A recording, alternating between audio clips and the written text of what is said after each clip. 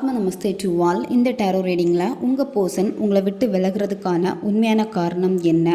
இந்த நபர் உங்கள் லைஃப்பில் திரும்ப வருவாங்களா இல்லையா? இவங்களுடைய காதல் உண்மையான காதலாக இருந்திருக்கா இல்லை உங்ககிட்ட நடிச்சிட்டு இருந்தாங்களா? இதை பற்றியெல்லாம் டீட்டெயில்டாக இந்த ரீடிங்கில் நம்ம தெரிஞ்சுக்க போகிறோம்.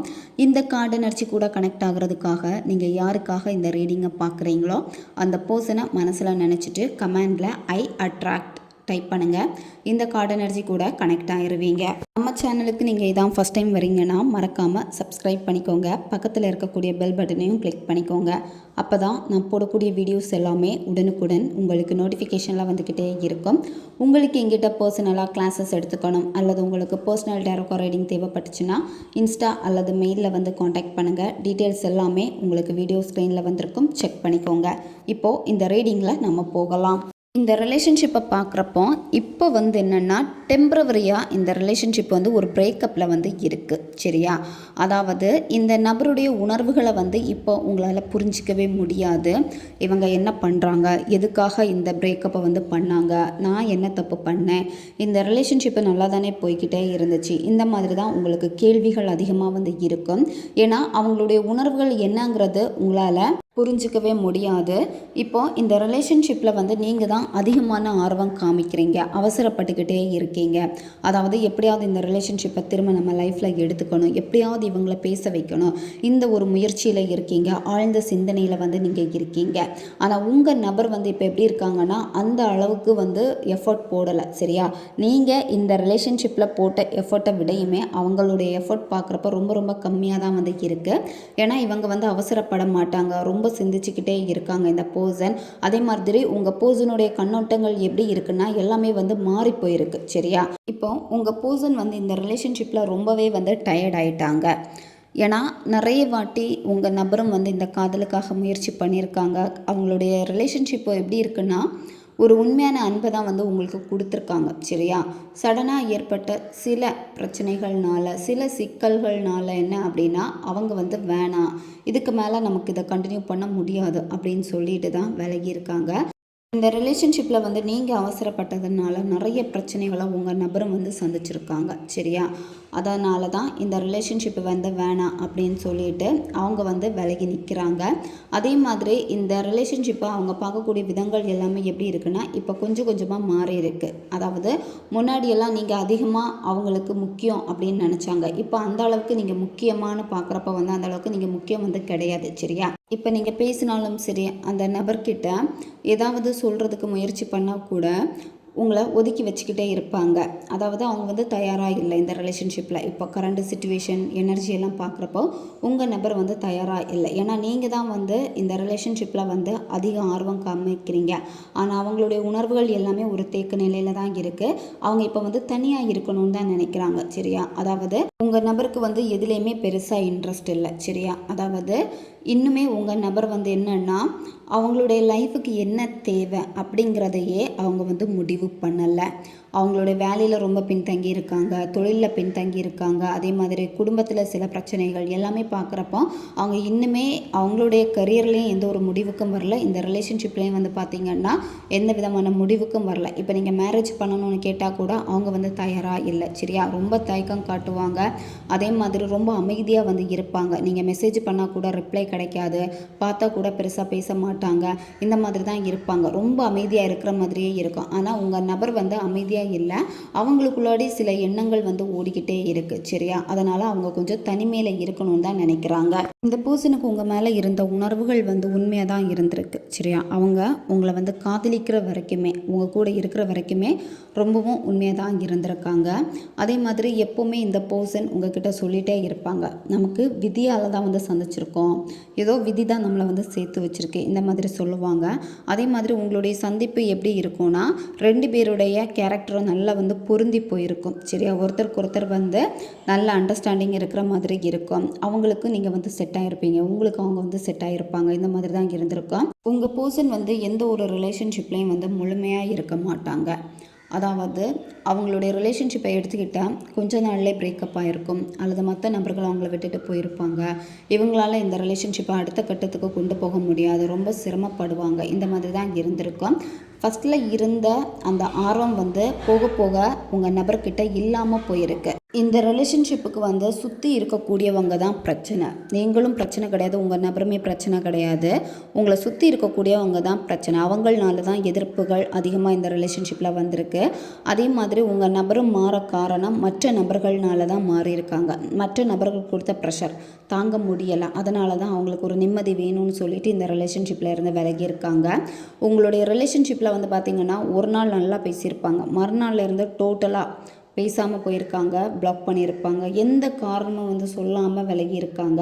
ஏன்னா உங்கள் நபர் வந்து உங்களை ரொம்ப சார்ந்திருந்திருக்காங்க. சரியா, அவங்களால ஒரு கட்டத்துக்கு மேலே முடியலை. அதாவது இந்த ரிலேஷன்ஷிப்பை வந்து கொண்டு போக முடியுமா, மற்றவங்களுடைய பிரச்சனை இருக்குது, மற்ற பிரச்சனைகள்னால உங்களுக்கும் ஏதாவது பிரச்சனை வந்துடுமோன்னு பயப்பட்டு அவங்களே வந்து விலகி இருக்காங்க. உங்கள் 2 பேருக்குள்ளாடி நல்லாவே வந்து பொருந்தி போயிருக்கு. ஆனால் சடனாக வந்து ஒருத்தருக்கு ஒருத்தர் பொருந்தாத மாதிரியும், அதே மாதிரி உங்கள் நபர் வந்து வேறு ஒரு பாதையை வந்து சூஸ் பண்ணியிருக்காங்க. இதனால் நீங்கள் ரொம்ப சிரமப்பட்டிருக்கீங்க. எப்போவுமே இந்த ரிலேஷன்ஷிப்பில் ரொம்ப வீக்கான ஒரு பர்சனாக அது நீங்கள் தான். ஏன்னா இந்த பர்சனுடைய ஒரு சின்ன மாற்றத்தை கூட உங்களால் தாங்க முடியாது. இப்போ இந்த ரீடிங்கை வந்து பொண்ணு பார்த்துட்ருக்கீங்க அப்படின்னா உங்களுக்கு நிறைய சோதனைகள் வரும் இந்த ரிலேஷன்ஷிப்பில். சரியா, அதாவது இந்த ரிலேஷன்ஷிப்பில் வந்து நீங்கள் ரொம்ப அடிக்டாக இருந்துக்கிட்டே இருப்பீங்க. அவங்க வேணும், இந்த நபருக்காக நம்ம என்ன வேணும்னாலும் பண்ணலாம் அப்படின்னு ஒரு உண்மையான காதலோடு தான் வந்து நீங்கள் நிற்பீங்க. உங்கள் பர்சன் எப்படி இருப்பாங்க அப்படின்னா உங்களை ரொம்ப டாமினேட் பண்ணுவாங்க. டாமினேட் பண்ணுறது மட்டும் இல்லாமல் அவங்களுக்கு உங்ககிட்ட அதிகமான தேவை வந்து பார்த்திங்கன்னா ஃபிசிக்கல் அட்ராக்ஷன் தான் அதிகமான தேவையாக வந்து இருக்கும். நீங்கள் காதலை தேடி தான் போவீங்க, ஆனால் அவங்க வந்து பார்த்திங்கன்னா அந்த ஃபிசிக்கல் அட்ராக்ஷனுக்காக தான் உங்ககிட்ட வந்து பேசுவாங்க. ஒரு சிலருக்கு எப்படி இருக்கும்னா இப்போ வந்து உங்கள் நபர் வந்து பேசிக்கிட்டு தான் இருக்காங்க உங்ககிட்ட. எதுக்காகனா தேவைக்காக பேசுவாங்க. ஃபிசிக்கல் அட்ராக்ஷன் அதுக்காக தான் வந்து பேசுவாங்க. சரியா, தேவைக்காக. நீங்கள் அதை ஒரு காதலோடு கேட்டிங்கனாலும் சரி, காதல் வேணும்னு போனீங்கனாலும் சரி, அவங்க வந்து விலகி நிற்பாங்க. ஏகப்பட்ட பிரச்சனைகள் இருக்குதுன்னு சொல்லிட்டு ஏகப்பட்ட காரணங்கள் வந்து உங்ககிட்ட சொல்லுவாங்க. இந்த காதலை வந்து அர்த்தமுள்ள காதலாக மாற்றணும்னு நீங்கள் நினைக்கிறீங்க, ஆனால் உங்கள் நபர் வந்து அந்த மாதிரி நினைக்கல. சரியா, ஏன்னா அவங்களுக்கு ரொம்ப பயம், மற்றவங்கள பார்த்து தான் பயம். பேரண்ட்ஸாக இருப்பாங்க, இல்லை மற்ற நபர்களாக இருப்பாங்க. சரியா, அந்த 3ஆம் நபரை பார்த்து அதிகமாக வந்து பயப்படுறாங்க. அதே மாதிரி எனக்கு நிறைய கடமைகள் இருக்குது, அதெல்லாம் நான் செய்யணும், இந்த மாதிரி தான் சொல்லுவாங்க.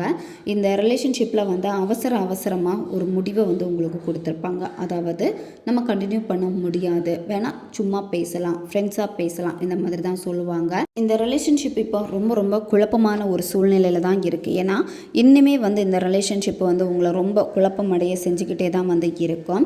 ஏன்னா உங்கள் நபருடைய உணர்வுகளை உங்களால் புரிஞ்சிக்க முடியாது. அவங்களுடைய உணர்வுகள் என்ன அப்படிங்கிறதுல தெரிஞ்சுக்கிறதுக்காகவே நீங்கள் போராடுற மாதிரியே தான் வந்து இருக்கும். சரியா, இதில் அதிகமான மனக்காயங்கள் வந்து நீங்கள் தான் எடுத்துக்கிட்டே இருப்பீங்க.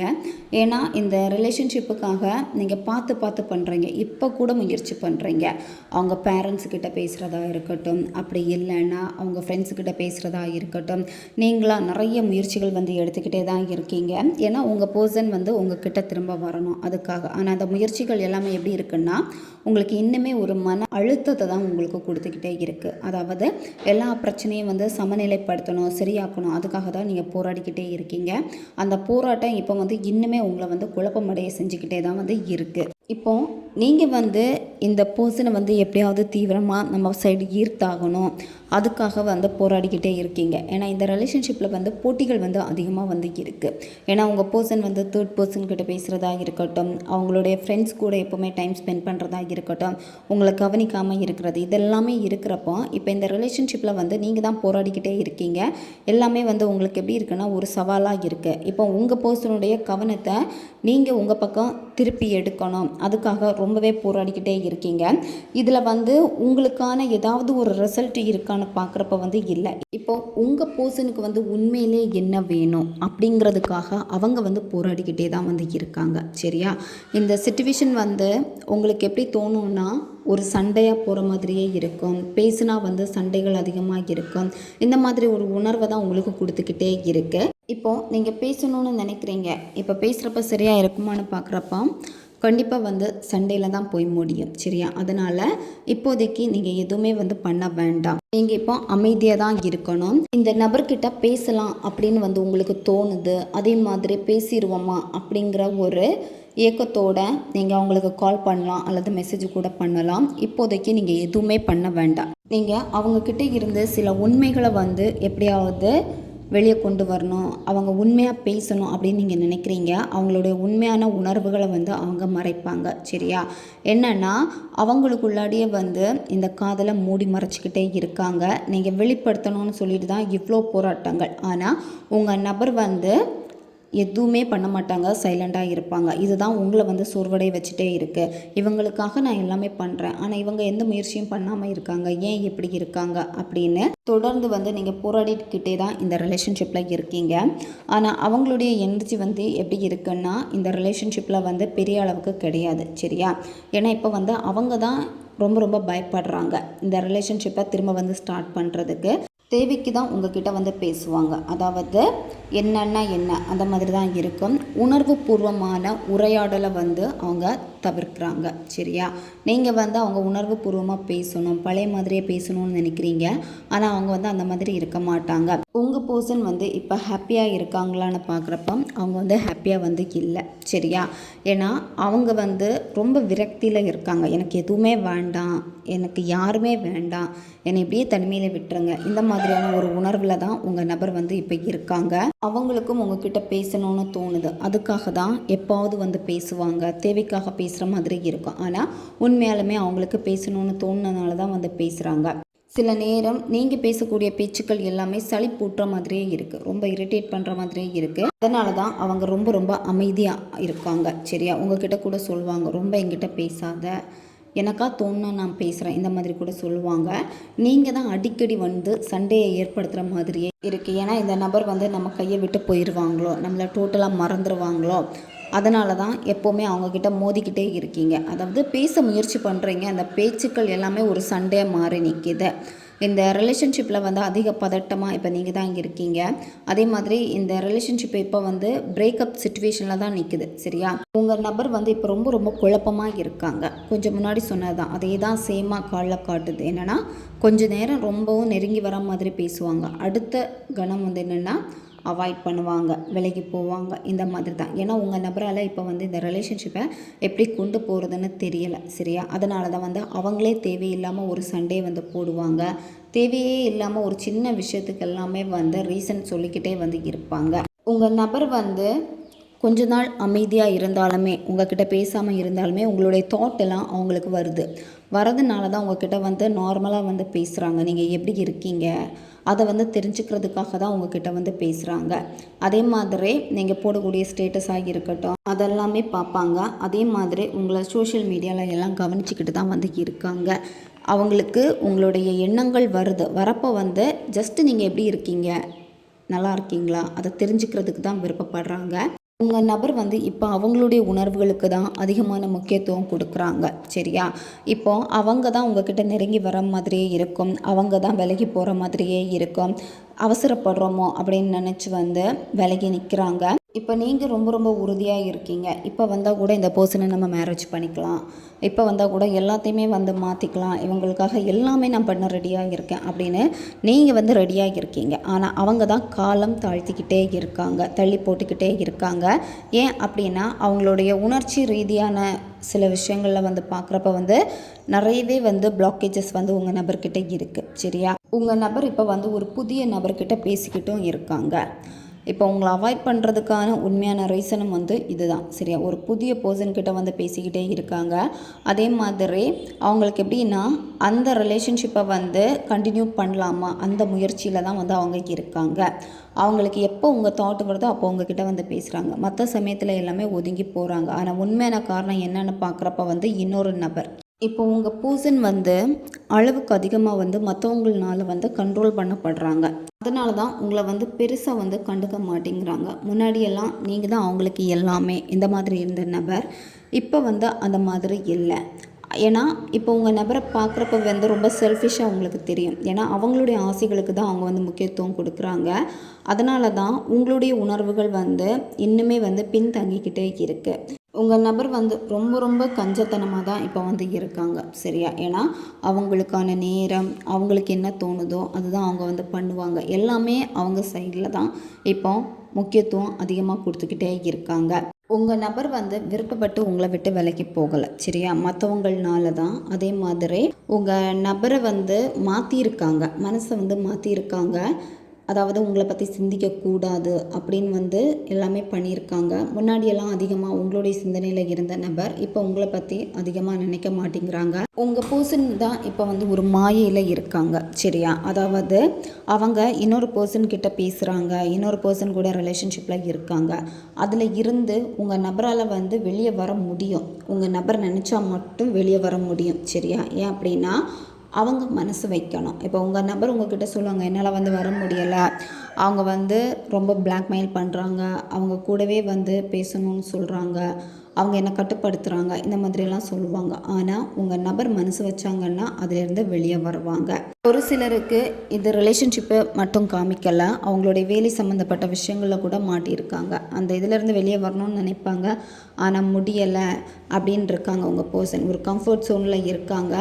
ஆனால் உங்கள் நபராலே இது வேணாம், நம்ம வேற பார்க்கலாம் அப்படின்னு ஒரு இறுதியான ஒரு முடிவை எடுத்தாங்க அப்படின்னா, தைரியமாக எடுத்தாங்கன்னா கண்டிப்பாக வந்து வெளியே வந்து அவங்க வேறு வேலை பார்க்க முடியும், சரியா? இப்போ வந்து ஒரு சிக்கலில் உங்கள் நபர் வந்து இருக்காங்க. அதனால தான் வந்து பெருசாக அவங்களால வந்து உங்கள் மேலே கவனம் செலுத்த முடியலை, வேறு எதுலேயுமே பெருசாக கவனம் செலுத்த முடியலை. நான் இப்படியே இருக்கேன், எனக்கு இதுதான் பிடிச்சிருக்கு, இந்த மாதிரி கூட உங்ககிட்ட சொல்லுவாங்க. இப்போ உங்கள் பர்சனுக்கு வந்து எப்படி இருக்குன்னா, ஒரு தனிமை உணர்வு வந்து கைவிடப்பட்ட மாதிரியான ஒரு உணர்வை வந்து கொடுக்குது, சரியா? அதாவது உங்கள் நபர் வந்து உணர்ச்சி ரீதியாக இப்போ வந்து நிராகரிக்கப்பட்ட மாதிரி இருக்கும். அது வந்து வேலையாக இருக்கலாம், அல்லது தொழிலாக இருக்கலாம், இல்லை ஒரு பர்சனாக இருக்கலாம், சரியா? அதே மாதிரி நான் எதுக்குமே தகுதி இல்லை அப்படின்னு நினைக்கிறாங்க. அதே மாதிரி அவங்களுடைய சூழல் எல்லாமே எப்படி இருக்குன்னா, இவங்க வந்து ஒரு விஷயத்துக்கு ஆறுதல் தேடுறாங்க, ஆனால் அந்த ஆறுதல் வந்து கிடைக்க மாட்டேங்குது உங்கள் நபருக்கு. எல்லாத்துலேயும் இருந்தால் நம்மளை வந்து ஏமாற்றிட்டாங்களே, கைவிட்டுட்டாங்களே, அந்த மாதிரியான உணர்வு வந்து உங்கள் பர்சனுக்கு இருக்குது. ரிலேஷன்ஷிப்பில் கூட முழுமையாக உங்ககிட்ட வந்து அவங்களால வர முடியாது, சரியா? உங்களுடைய காதலுக்கு தகுதி இல்லை அப்படின்னு தான் அவங்க நினைக்கிறாங்க. அதே மாதிரி அந்த 3ஆம் நபரை விட்டு வரதுக்கும் அவங்களுக்கு மனசு இல்லை. ஏன்னா 3ஆம் நபரை விட்டு பிரிஞ்சிட்டோம் அப்படின்னா அவங்களும் போயிடுவாங்களோ அந்த ஒரு பயம். இந்த மாதிரி தான் உங்கள் நபர் வந்து இருக்காங்க. ஆனால் அவங்கக்கிட்ட காமிக்கிறது எல்லாமே நான் தனிமையில் இருக்கேன் அப்படின்னு. அதே மாதிரி மற்றவங்களுடைய பேச்சை எதிர்த்து என்னால் எதுவுமே பண்ண முடியாது, இதுதான் வந்து சொல்லிக்கிட்டே இருப்பாங்க. உங்கள் பர்சன் வந்து இப்போ மன உளைச்சலில் தான் இருக்காங்க. இதில் உங்கள் நபராக தான் மாறி வரணும், சரி? அவங்களாம் மனசு விட்டு மாறி வந்தாங்கன்னா இந்த ரிலேஷன்ஷிப் உங்களுக்கு வந்து கண்டினியூ ஆகும். ஏன்னா இப்போ அவங்களுடைய லைஃப்ல நிறைய கஷ்டங்கள் வந்து இருக்குது. அவங்க வந்து ஒரு தனிமை உணர்வை வந்து உணர்றாங்க. அதே மாதிரி அவங்களுக்கு சில தேவைகள் வந்து இருக்குது, ஆனால் வந்து யார்கிட்ட கேட்குறது, அவங்க லைஃப்பில் எதையுமே முழுசாக வந்து ஏற்றுக்கொள்ள முடியாமல் இந்த மாதிரி இருக்குது. ஆனால் அதை வந்து உணர்ந்துட்டாங்க அப்படின்னா நம்ம நினச்சா எல்லாத்தையும் மாற்றலாம், எல்லாமே வந்து சரியாகும் அப்படிங்கிற ஒரு நம்பிக்கை வந்துடுச்சு அப்படின்னா கண்டிப்பாக உங்ககிட்ட வருவாங்க. ஏன்னா அவங்க இப்போ வந்து ஒரு கம்ஃபர்ட் ஜோன்லேயே வந்து இருக்காங்க. இந்த ரிலேஷன்ஷிப்பில் வந்து உணர்ச்சி தடைகள் வந்து அதிகமாக இருக்குது. அதாவது நீங்கள் இந்த ரிலேஷன்ஷிப்பில் இருக்கக்கூடிய அதிக காதலை வந்து நீங்கள் தான் அவங்களுக்கு கொடுத்துக்கிட்டே இருக்கீங்க. உங்களை விடையுமே நீங்கள் உங்கள் நபரை தான் அதிகமாக நேசிச்சுக்கிட்டே இருக்கீங்க. இந்த மாதிரி நீங்கள் செய்யக்கூடாது. இப்போ நிறைய பேருக்கு இதில் வந்து ஒருதலை காதலாக இருக்குது அப்படின்னா நீங்கள் அவங்களுக்கு இந்த காதலை கொடுத்துக்கிட்டே தான் இருக்கீங்க. ஆனால் திரும்ப அந்த காதல் வந்து கிடைக்க மாட்டேங்குது. இப்போ நீங்கள் அதிகமாக பயிற்சி பண்ண வேண்டியது என்ன அப்படின்னா, உங்கள் மேலே தான் அதிகமான கவனத்தை முதல்ல நீங்கள் கொண்டு வரணும், சரியா? அதாவது செல்ஃப் லவ் ரொம்ப ரொம்ப முக்கியம். உங்களை தாண்டி இன்னொரு பர்சனுக்கு அதிகமான அன்பை வந்து நீங்கள் கொடுக்குறதுனால தான் இப்போ உங்களுக்கு விரக்தி அடைஞ்ச மாதிரி இருக்கும். அதே மாதிரி எதுலேயுமே பெருசாக இன்ட்ரெஸ்ட் இல்லாத மாதிரி இருக்கும். உங்களுடைய வேலை சார்ந்த விஷயங்கள், அதே மாதிரி உங்களுக்கு உங்களை பிடிக்காத மாதிரி இருக்கும். நான் ஆசைப்பட்டது எதுவுமே எனக்கு கிடைக்கலையே, இந்த மாதிரியான ஒரு உணர்ச்சிகள் உங்களுக்கு தோணும். இது வந்து உங்களுக்கு வந்து மிகப்பெரிய மன காயத்தை வந்து கொடுத்துக்கிட்டே இருக்குது. இப்போ நீங்கள் வந்து செய்ய வேண்டியது எல்லாமே செல்ஃப் லவ் தான் அதிகமாக நீங்கள் பண்ணணும். உங்கள் மேலே நீங்கள் எடுக்கக்கூடிய ஒவ்வொரு முயற்சியுமே, அதாவது உங்களுக்கு என்ன தேவையோ உங்களுடைய கரியரில் அதிகமாக ஃபோக்கஸ் பண்ணுங்கள். இப்போ நீங்கள் வந்து சக்ஸஸ் பண்ண வேண்டிய நேரம் இது, சரியா? அதாவது இந்த ரிலேஷன்ஷிப்பில் பார்க்குறப்ப வந்து இப்போ எந்த விதமான சூழ்நிலைகளும் உங்களுக்கு சாதகமாக இல்லை. நீங்கள் இப்போ செய்ய வேண்டியது எல்லாமே வந்து நீங்கள் உங்களை மாற்றிக்கணும். உங்களுக்கு அதிர்ஷ்டமான வாய்ப்புகள் வந்து இருக்குது, சரியா? அதனால் உங்களுக்கு என்ன பிடிக்குமோ உங்களுடைய கரியரில் அதுக்கான வேலைகளை வந்து நீங்கள் செஞ்சுக்கிட்டே வாங்க. நீங்கள் உங்களை முதல்ல உயர்வாக பாருங்கள். சரியா? நீங்கள் எப்படிப்பட்ட ஒரு நபர் அப்படிங்கிறத முதல்ல நீங்கள் உங்களுக்குள்ளாடியே கேள்வி எழுப்பி அதை முதல்ல நீங்கள் கண்டுபிடிங்க. இந்த ரிலேஷன்ஷிப்பில் நீங்கள் வெற்றியை அடைய முடியும். சரியா? அந்த வெற்றியை அடையணும் அப்படின்னா அதுக்கு முன்னாடி நீங்கள் உங்களுடைய வாழ்க்கையில் நீங்கள் ஜெயிச்சே ஆகணும். இப்போ நீங்களும் நிறைய விஷயங்கள் பின்வாங்கிக்கிட்டே இருக்கீங்க. உங்களுக்கு நிறைய தடைகள் வந்துக்கிட்டே இருக்குது. மனத்தடைகள் தான் இருக்குது. சரியா? அதனால் முதல்ல நீங்கள் உங்கள் மேலே கவனம் செலுத்துங்க. உங்களுடைய ஃபோக்கஸ் எப்போவுமே ஜெயிக்கிறதுல மட்டும்தான் இருக்கணும். சரி, அது வேலையாக இருக்கட்டும், தொழிலாக இருக்கட்டும், இல்லை வேறு சில விஷயங்களாக இருக்கட்டும். ரொம்ப நாளாகவே உங்களுடைய தனிப்பட்ட வளர்ச்சியில் சில விஷயங்கள் செய்யணும்னு நினைக்கிறீங்க, ஆனால் செய்யாமல் இருக்கீங்க. முதல்ல அதை நீங்கள் செய்யுங்க. சரியா? செல்ஃப் லவ் அதிகமாக பண்ணுங்கள்.